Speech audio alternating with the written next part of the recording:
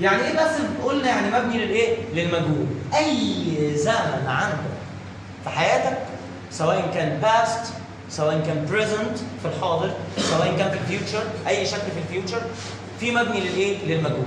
في مبني معلوم ومبني مجهول. يعني ايه معلوم؟ قال لك معلوم يعني الفاعل اللي عمل الحاجه موجود. زي تامر مثلا works as a teacher. تامر بيشتغل كايه؟ كمدرس. انت جبت تامر، اذا انت جبت ايه؟ الفاعل. فكده الجمله معلوم اكتف. انما مش هتجيب تامر بقى، مش هتبدا باي او بهي او بشي او بات، مش هتبدا بفاعل. هتبدا طالما مبني للمجهول هتبدا بالاوبجكت اللي هو ايه ده يا عم انت؟ مفعول. هتبدا بالمفعول به. خلاص؟ وبعد المفعول هتجيب يا verb to be يا verb to have، وبعد كده تجيب لي البي، التصريف الثالث للايه؟ للفعل. سيبك من اللي في النص ده عشان اللي في النص ده على حسب الزمن.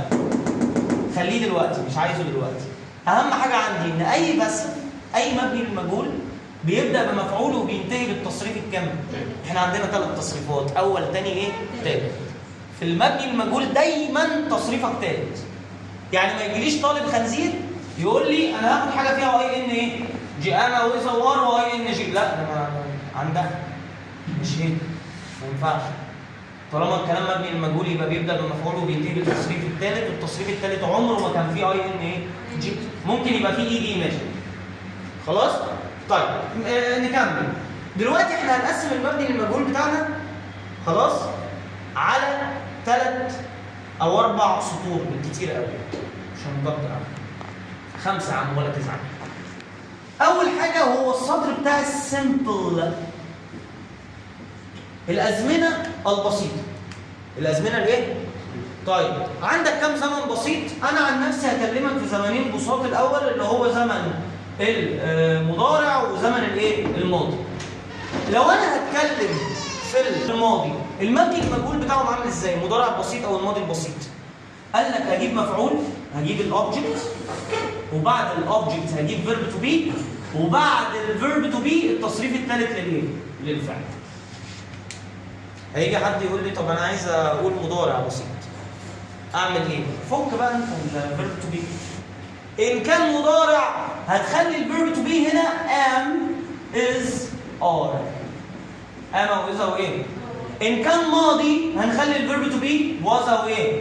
يبقى انا بشوف الجمله، بشوف الايه؟ الجمله. ان كانت مضارع بسيط هجيب am او is او are وايه؟ وتصريف ثالث. ان كانت ماضي هخليها was او ايه وتصريف ايه؟ يبقى انا كده لخصت زمانين في سطر ايه؟ واحد. يبقى اي زمن بسيط سواء كان مضارع او ماضي بجيب مفعول فيرب تو بي تصريف ثالث للفعل. تاني مع بعض، مفعول فيرب تو بي تصريف ثالث. ده كده ايه؟ الازمنه البسيطه. فبالتالي تعالى بقى معايا الناحيه دي كده، بص معايا على الاسئله دي. هتلاقي في عندك هنا 2 examples. اول واحد بيقول لك the school a last year. طبعا عندك فعل هنا اسمه build. عندك بقى معامله ابتدائي واعدادي عندهم سؤال زي كده. خلاص؟ مش هجيب لك تشوز، انا بكلمك في ده الاول. بقول لك حط الفعل هنا. هتجيبه ازاي؟ اولا الجمله دي اكتف ولا بس؟ يعني مبني معلوم ولا مبني مجهول؟ معلوم ازاي؟ هو في فاعل عندك؟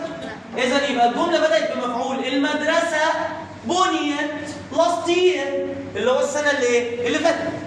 حلو، يبقى الكلام فين؟ يبقى انت اول حاجه حددتها انك في الباست، والباست سيمبل كمان. الباست ايه؟ سيمبل، الماضي البسيط. دي اول حاجه. تاني حاجه الكلام مبني للايه؟ للمجهول بدا بايه؟ بمفعول. طب تعالى معايا، اي زمن بسيط بيبدا بمفعول فيرب تو بي تصريف ثالث. ان كان الكلام في الماضي بجيب was او ايه؟ was مع مفرد وير مع ايه؟ تعالى معايا الناحيه الثانيه، هنخلي build دي ايه؟ was built. built التصريف الثالث من ايه؟ من built. فهمت كده؟ يبقى انا اول حاجه بحدد الزمن، ده ماضي بسيط. انا عايز اعرف مضارع ولا ماضي؟ ماضي بسيط. ليه عرفت منين؟ لاست يير، السنه اللي فاتت، حاجه خلاص خلصت انتهت. طيب السؤال الثاني بقول لك دي انترنت او ذا انترنت، انطقها زي ما انت عايز. دي انترنت all over the world. يعني الانترنت ايه في جميع انحاء العالم، والله عايزك تحط فعل اسمه يوز. فعل اسمه ايه؟ حلو قوي. فهتعمل فيه ايه؟ اولا الكلام هنا بدأ بفاعل ولا بالمفعول؟ هو الانترنت بيستخدم نفسه؟ اذا بيستخدم، اذا الجمله بتاعت حضرتك بدأت بايه؟ بالمفعول، بالاوبجكت. تمام؟ طيب ماشي، يبقى الكلام بس مبني للايه؟ حلو قوي. طيب طالما الكلام مبني للمجهول، تعالى بقى نخش على الزمن. الانترنت يستخدم في جميع انحاء العالم. ده كلام في الماضي؟ لا. طب كلام في المستقبل؟ لا. ده كلام في الوقت الحاضر. وخد بالك الوقت الحاضر دي يعني ايه؟ يعني حقيقة. هو هيستمر الفترة وبعد كده يعطل؟ ولا حاجة حقيقة موجودة في حياتنا؟ حقيقة أو عادة؟ حقيقة أو إيه؟ إذن لو حقيقة أو عادة خلاص؟ مين؟